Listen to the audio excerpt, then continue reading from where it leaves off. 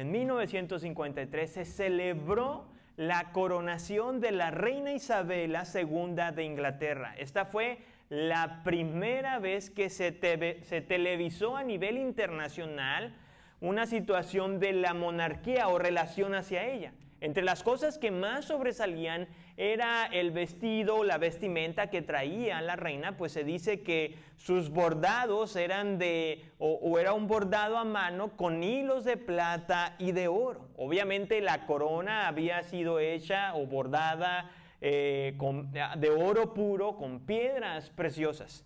El lugar estaba espectacular, pues estaba decorado con tapices lujosos y con flores llenos de colores.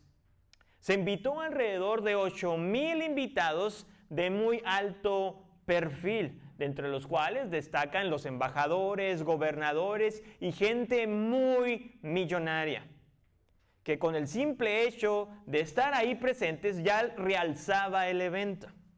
Se dice también que se seleccionó cuidadosamente cada canción e incluso se compuso para la ocasión.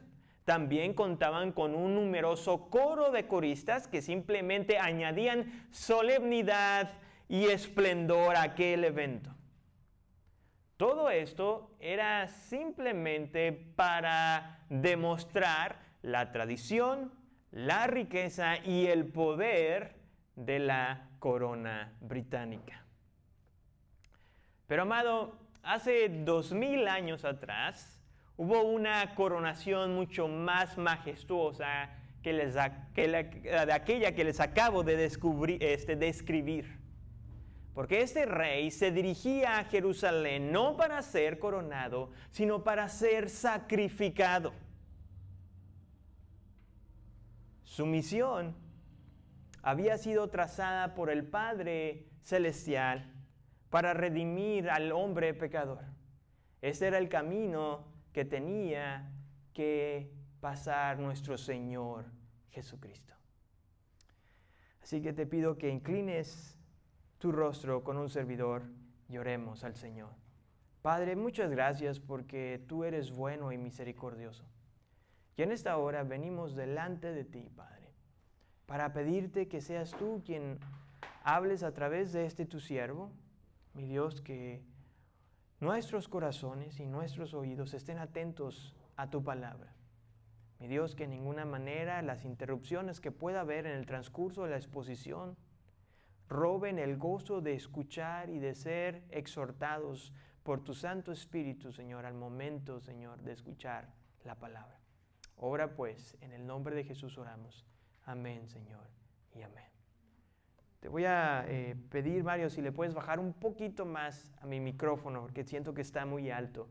Hermano, si tienes la oportunidad, te voy a pedir que te pongas una vez más de pie para que juntos honremos la Escritura mientras que doy lectura. Lucas capítulo 19, versículos del 28 al 44. La palabra de Dios dice así: Habiendo dicho esto, Jesús iba adelante, subiendo hacia Jerusalén. Cuando se acercó a Betfagé y a Betania, cerca del monte que se llamaba de los Olivos, envió a 2 discípulos, diciéndoles: vayan a la aldea que está enfrente, en la cual al entrar encontrarán un pollino atado sobre el cual nunca se ha montado nadie. Desátenlo y tráiganlo. Y si alguien les pregunta: ¿por qué lo desatan? De esta manera hablarán: porque el Señor lo necesita. Entonces los enviados fueron y lo encontraron como él les había dicho. Mientras desataban el pollino, sus dueños le dijeron: ¿por qué desatan el pollino? Le respondieron: porque el Señor lo necesita. Lo trajeron a Jesús y echando sus mantos sobre el pollino, pusieron a Jesús sobre él. Versículo 36. Y mientras él iba avanzando, tendían sus mantos por el camino.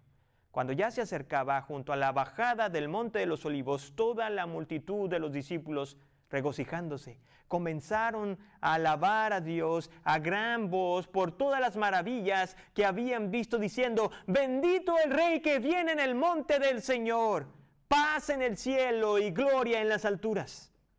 Entonces algunos de los fariseos dentro de la multitud le dijeron: Maestro, reprende a tus discípulos.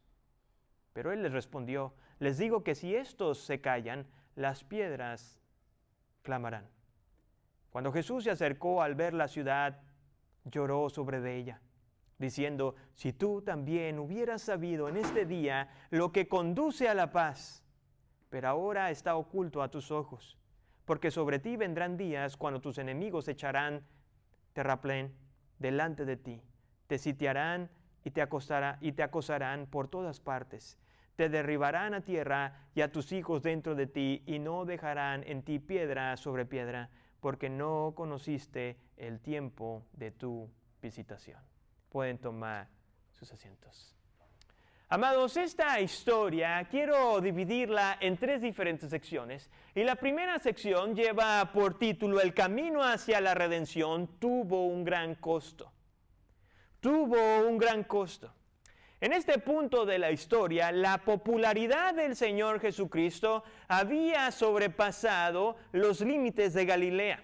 La sanidad del ciego llamado Bartimeo y, por supuesto, la resurrección de Lázaro fueron uno de los últimos milagros antes de ser crucificado. Había hecho que muchas personas se agregaran a la multitud y obviamente que otros más creyeran en Jesús. Pero así como aumentaban aquellos quienes mostraban cierta simpatía por el Señor, así también estaban aumentando sus detractores, los religiosos, quienes anteriormente habían dado una orden muy clara que cualquiera que supiera dónde estuviera el Señor Jesucristo debían de informarlo, porque el propósito de ellos era querer arrestar a Jesús. Y es aquí donde nuestra historia comienza en Lucas capítulo 19, versículo 28, con el reporte de este doctor llamado Lucas, quien nos dice que fue a visitar a Jerusalén por última vez. Hermanos, el significado de esta ciudad es probable que algunos de los que están aquí presentes sepan. Y esto es muy importante, el significado de la ciudad, del lugar, porque tiene un rol importante en la narración bíblica. Para aquellos quienes estamos aprendiendo, resulta que Jerusalén quiere decir ciudad de paz o morada de paz. Jerusalén se había caracterizado por tener centros y edificios religiosos que hacían que las personas se enorgullecían de su espiritualidad, de su religión, si tú practicabas obviamente el judaísmo. Pero a pesar de toda esta tradición y religiosidad que había en aquel lugar, aún así, en la ciudad de paz se podía respirar un ambiente donde la paz estaba ausente. Antes de que Jesús llegara allá, Lucas reporta lo siguiente, versículo 30 y 31, dice: vayan a la aldea que está enfrente, en la cual al entrar encontrarán un pollino atado sobre el cual nunca se ha montado nadie. Desátanlo y tráiganlo. Y si alguien les pregunta por qué lo desatan, de esta manera hablarán: porque el Señor lo necesita. Hermanos, algunos eruditos de la Biblia han dicho y han mencionado que el Señor Jesucristo previamente ya se había reunido con el dueño de este animal para hacer el arreglo, dado que los detalles que Jesús le está dando a estos 2 discípulos son muy específicos. Sin embargo, este punto de vista es muy incongruente, porque los evangelios nos presentan a un Jesús, a un Mesías, tanto como Lucas como Juan, quienes nos dice que no había necesidad que eligieran a Jesús lo que el hombre había en su corazón, porque él ya lo sabía. Y la profecía que el Señor Jesús les dijo a estos 2 discípulos inmediatamente se cumplió en los versículos del 32 al 35, de los cuales tiene varios propósitos, unos más sobresalientes que otros.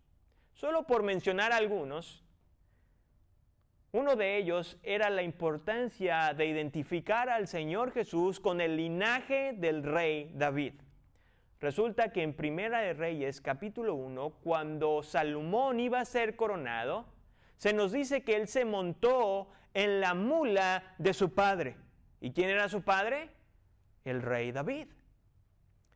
Y aunque esto es importante, el identificar al Señor Jesús con su descendencia del rey David, había algo mucho más trascendente. es de que Jesús estaba cumpliendo la profecía mesiánica anunciada en el Antiguo Testamento. Escúchame bien, 500 años antes. 500 años antes, un profeta llamado Zacarías dijo lo siguiente en su libro, capítulo 9, versículo 9. Regocíjate en sobremanera, hija de Sión, das voces de júbilo, hija de Jerusalén. Mira, tu rey viene a ti, justo y dotado de salvación, humilde, montado en un asno, en un pollino, hijo de asna.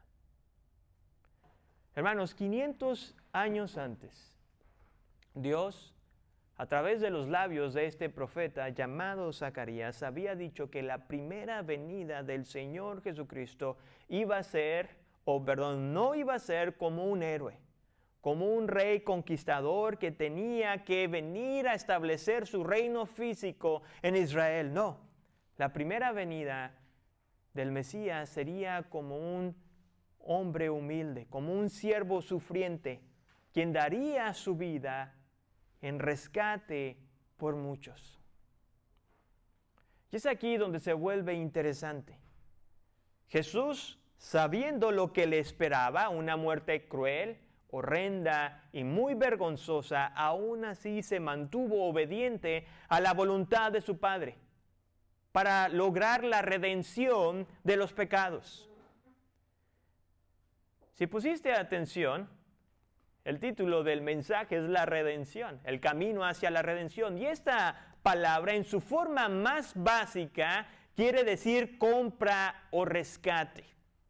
Si tú vas a un diccionario y a un diccionario bíblico, resulta que la palabra redención es el rescate de los hombres pecadores a través del sacrificio de Cristo, donde ahora eres perdonado y no solamente Jesús te salva de las consecuencias del pecado, sino que ahora también te colma de bendiciones espirituales aquellos quienes son llamados hijos de Dios. Amados, el rescate del hombre pecador es tan costoso porque no hay manera en la que un hombre o mujer pueda pagar su deuda delante de Dios. En nuestro sistema de justicia, una persona, un criminal, es juzgado y condenado de acuerdo a la gravedad de su crimen. ¿Correcto? Y en algunos casos, nos hemos dado cuenta que una vez que cumplen su condena en la cárcel, ¿qué pasa con esas personas? Recuperan su libertad, salen de la cárcel. Entonces alguien podría preguntar, bueno, ¿y por qué este sistema o esta situación no ocurre lo mismo con Dios, con su justicia divina? ¿Por qué no el adúltero, el asesino, el mentiroso, una vez que cumplen su condena en el infierno, pueden ser liberados, pueden obtener su libertad? Bueno, resulta que la justicia divina no solamente evalúa o condena el acto criminal, sino también condena o evalúa contra quien se cometió la agresión. Si me permites ponértelo con el siguiente ejemplo, no es lo mismo, amado, que tú vayas caminando y te topes a aquel vecino que te cae muy mal y le empieces a gritar amenazas de muerte. A que en la calle te topes al presidente de los Estados Unidos y le empieces también a gritar amenazas de muerte. Es muy diferente, porque ambos representan diferentes cosas. Uno es tu vecino y el otro es el presidente de una nación. Esto lo podemos aplicar también con Dios. Siendo Dios un ser infinito, al momento de nosotros pecar en contra de Él, nuestra condena es infinita. Por eso nuestro rescate tuvo un alto costo. Por eso alguien tenía que morir por nosotros, y no solamente morir en nuestro lugar como lo hizo Jesús, sino también ser alguien perfecto en obediencia a la ley de Dios. Amados, cuando empezamos a meditar en esto, nos debemos de preguntar qué tan seguido estamos agradecidos con Dios por lo que Él hizo por nosotros al mandar a Jesús a morir en nuestro lugar. Ahora, una vez que hemos visto este gran costo, amados, veremos que este costo trae una paz verdadera. Por eso esta segunda sección lleva por título El camino hacia la redención, ofrece la verdadera paz. Ofrece la verdadera paz. Lucas sigue narrando esta escena de la siguiente manera, versículos del 36 al 37, y mientras él iba avanzando, tendían sus mantos por el camino, cuando ya se acercaba junto a la bajada del monte de los olivos. Toda la multitud de los discípulos, regocijándose, comenzó a alabar a Dios a gran voz por todas las maravillas que habían visto. Amados, es aquí donde me gusta mucho comparar los evangelios. Y en esta ocasión, tanto Mateo como Juan nos indica que no solamente fueron mantos, sino que también se colocaron ramas y palmas en el camino. Esta acción de colocar cosas mientras que Jesús caminaba era un símbolo de respeto, pero también, amado, del anhelo de la gente de someterse a la autoridad de Jesús.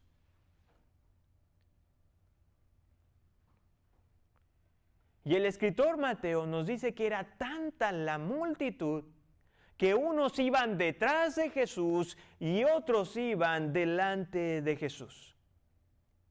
Y obviamente cualquiera de nosotros quien ha estado en un lugar donde hay mucha gente reunida para hacer algo, ustedes saben que hay un frenesí, hay una euforia en la multitud, ya sea en algún partido de fútbol o en algún concierto, la gente empieza a enloquecerse.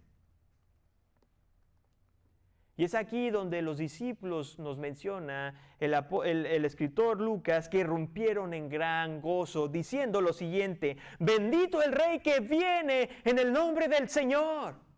Decían paz en el cielo y en gloria en las alturas, y gloria en las alturas.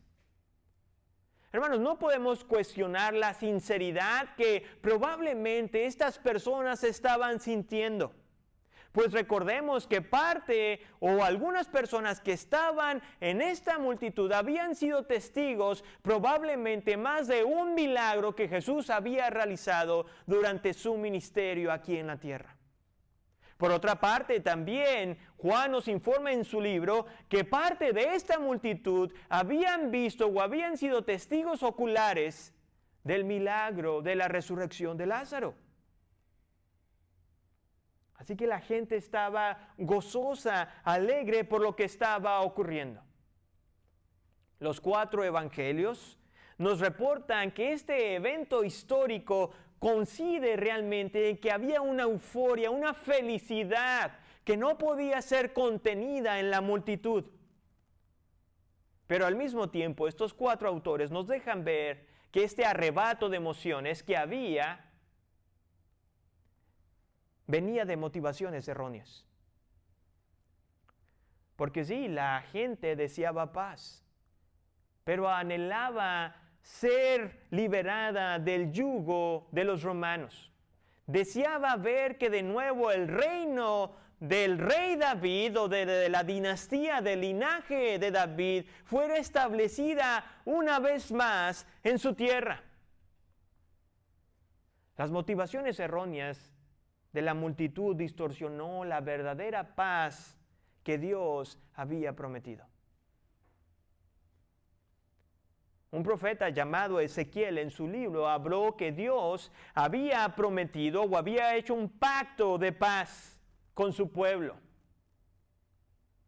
Pero este pacto de paz del cual habló el profeta Ezequiel no era una ausencia de guerra, sino de una seguridad interna, amado, que no dependía de las situaciones externas.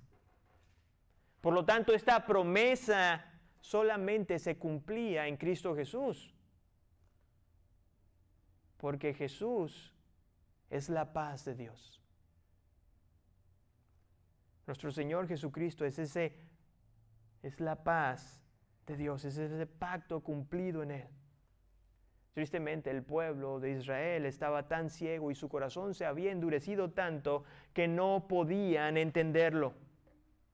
Que la paz de Dios no se trataba de restablecer un reino aquí en la tierra, sino que la paz de Dios era de que el reino de Dios se estableciera ¿dónde? En el corazón. Y esto me lleva a preguntarte, amado, ¿qué clase de paz estás buscando tú? ¿Qué clase de paz estamos buscando? El pueblo entonaba, bendito el rey que viene en el nombre del Señor, porque ellos querían un rey terrenal que les arreglara sus problemas terrenales. La gente estaba deseosa de paz. Hermanos, no por nada en estas fechas las iglesias están a reventar, porque la gente también desea paz, pero busca una paz temporal. No están interesados en la segunda parte del cántico, el cual dice paz en el cielo y gloria en las alturas, porque esta paz del cielo, amados, se pudo lograr, a través de la muerte del Señor Jesucristo. La enemistad que había entre Dios y los hombres fue quitada cuando Jesús derramó su sangre. Esta es la verdadera paz que cada uno de nosotros necesitamos. Pero que tristemente cuando algunos la llegan a escuchar, la rechazan. Porque están buscando una paz en medio de sus conflictos familiares, están buscando paz por el dolor físico que sienten por la enfermedad, están buscando paz por la ansiedad que les causa las deudas. Amado, la paz de Dios en Cristo Jesús es la seguridad que ninguna situación en la tierra o poder espiritual puede arrebatarte la vida eterna prometida en Cristo Jesús. Esa es la verdadera paz que el Señor promete. Y te vuelvo a preguntar, ¿qué clase de paz estás buscando? Amado, no busquemos la paz temporal. Busca la paz eterna que solamente en Cristo podemos hallar. Y una vez que hemos comprendido que este camino de redención nos ofrece la fe, nos ofrece, la verdadera paz, tristemente cuando rechazamos esto, lo único que nos queda es la condenación. Por eso la tercera parte de esta historia es que el camino de la redención evita la condenación. El camino de la redención evita la condenación. La entrada de Jesús a Jerusalén, amados, no fue todo celebración. Así como de repente nos toca que en alguna fiesta siempre hay un aguafiestas, bueno, en aquella ocasión no faltaron los aguafiestas y en este caso fueron los fariseos. Versículos del 39 al 40 dice, entonces algunos de los fariseos de entre la multitud le dijeron, Maestro, reprende a tus discípulos. Pero él respondió, les digo que si estos callan, las piedras clamarán. Amado hermano, la hostilidad de los religiosos en contra de Jesús no era algo nuevo. Si has tenido la oportunidad de leer al menos uno de los 4 evangelios, notarás que desde un principio los fariseos y cualquier otro religioso hubo en ellos celos y envidia por lo que Jesús estaba haciendo. Y obviamente en esta ocasión no fue la excepción. Por lo tanto, la petición de los fariseos de Jesús de reprender a la multitud para que se callara, tenía que ver, amado, con que la autoridad espiritual y la admiración pública que en algún momento estos hombres religiosos tenían, estaba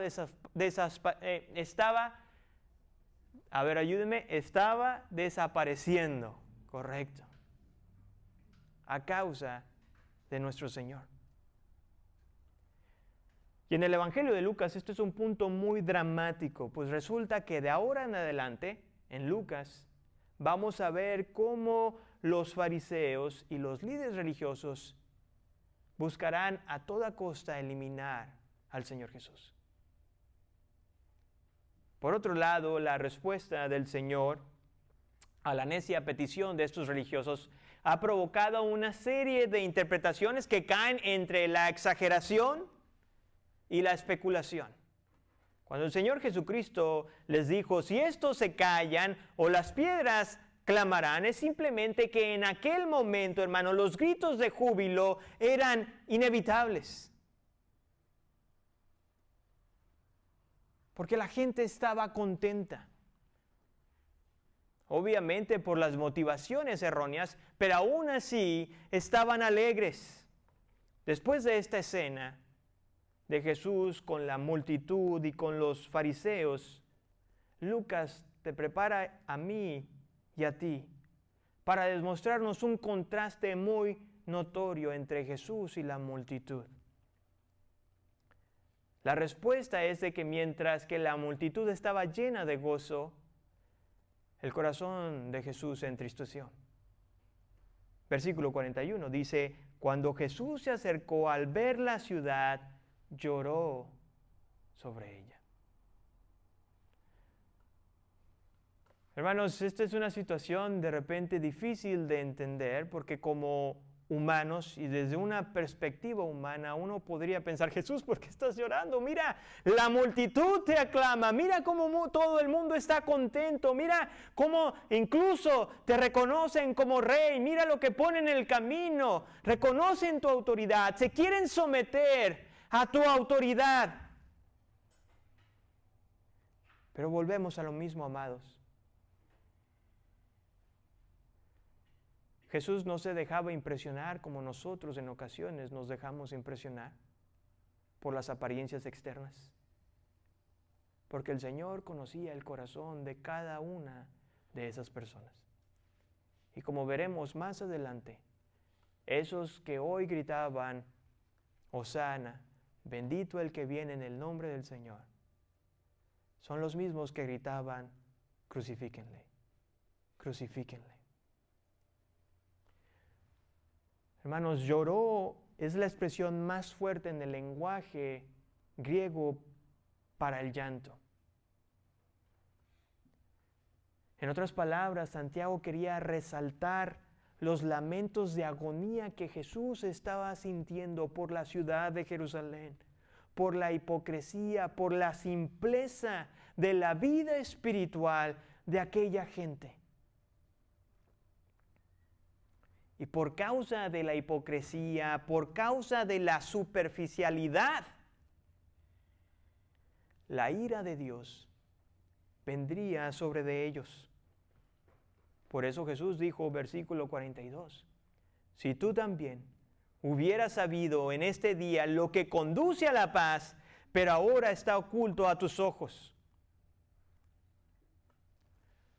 Hermanos, este lamento de Jesús nos demuestra el dolor que Él sentía al ver la desobediencia de su pueblo, del pueblo judío.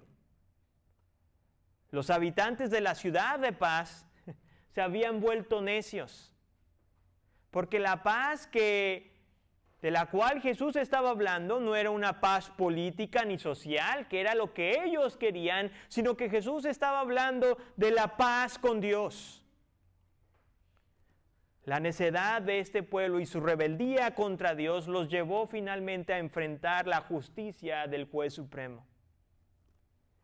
Jesús continuó con su lamento en los siguientes versículos, 43 y 44. Dice, porque sobre ti vendrán días cuando tus enemigos echarán terraplén delante de ti, te sitiarán y te acosarán por todas partes, te derribarán la tierra y a tus hijos dentro de ti, y no dejarán en ti piedra sobre piedra, porque no conociste el tiempo de tu visitación. Hermanos, la rebeldía del pueblo de Israel simplemente los llevó a una ceguera que ahora Dios había permitido. Antes ellos lo habían escogido, pero ante su terquedad ahora Dios mismo estaba permitiendo que fueran incapaces de ver al Mesías.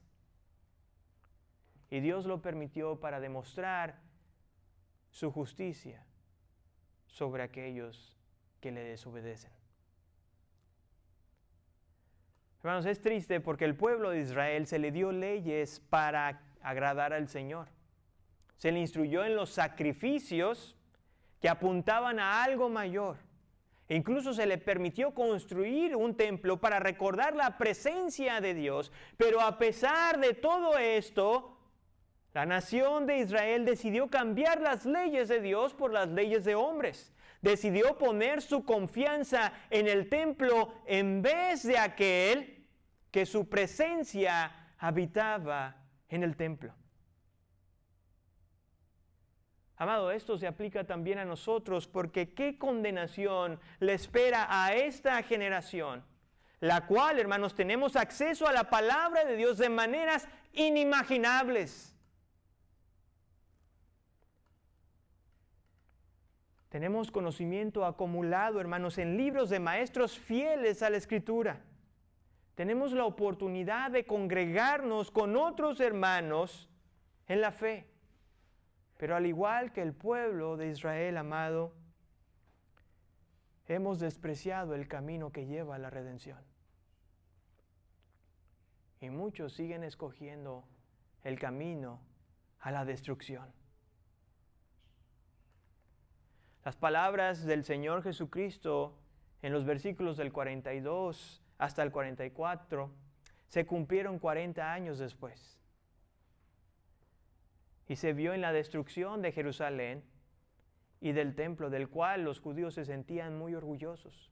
Esto ocurrió a manos del Imperio Romano en el año 70 después de Cristo, amado.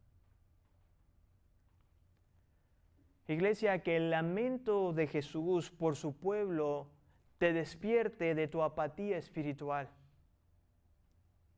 Si es que eres tú.